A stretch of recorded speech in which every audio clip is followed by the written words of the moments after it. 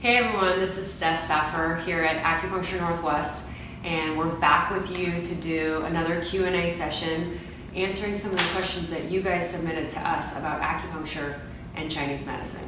So let's take a look and see what we have. One question is, what kind of treatment do you do for children? And this is great because we actually treat children the same way that we would treat adults.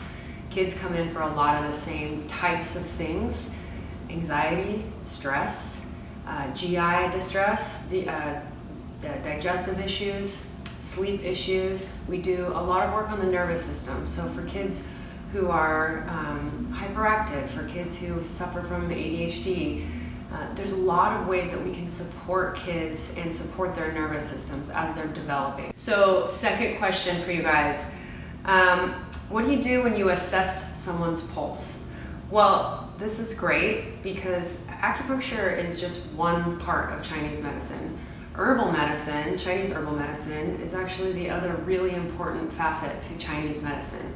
And in fact, the Chinese masters that you see out in the world who are doing Chinese medicine, the pulse diagnosis is the key to their success. When we see somebody and they come in, we have to know what's going on for them internally. And the way that we do that is through pulse diagnosis. It allows us to differentiate different patterns going on in the body and what the root of the problem is. And in Chinese medicine, you always want to address a problem by the root of the problem so that you're not just treating symptoms, but you're getting rid of the issue. What we do with pulse diagnosis, we actually feel the radial artery, and that's right here on the inside of the wrist, near the thumb. Each wrist has different positions, different regions of the body, and we're feeling for quality of blood flow through the radial artery. It gives us information about quality of blood flow through the different regions of the body. So for example, on this side, you have the upper respiratory tract and the sinuses and the lungs. You have spleen, digestive, and then you have kidneys. And then over here on the left, you have heart, liver, and then the reproductive zone. And this allows us to formulate Chinese herbal formulas really accurately and customize it to that person's pulses. So we can treat not only the symptoms, but the root of the problem. And then finally, the ever popular question, what if I'm afraid of needles?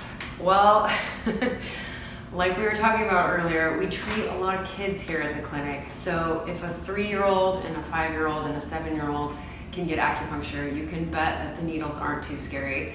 They're 40 gauge, which is tiny. It's about the thickness of a hair.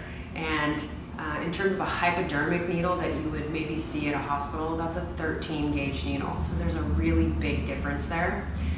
They're sterile, one-time use, and they're so bendy and wimpy that a lot of times you just don't even feel them.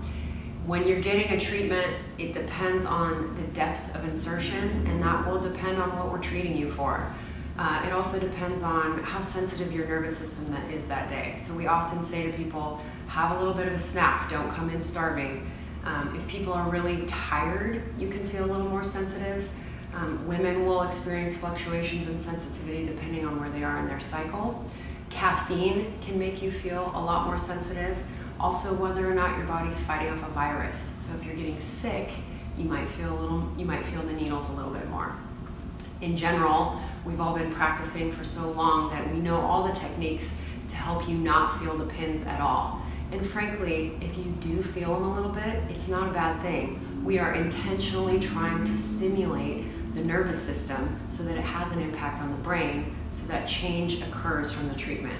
Remember, acupuncture does two things really well. It impacts our sympathetic nervous system and it increases our blood flow. So you want change. And when you feel those little needles going in sometimes, that's not a bad thing. It means that the change is happening. So nothing to be afraid of. We have the ability to make it very accessible for almost every single patient who walks in the door.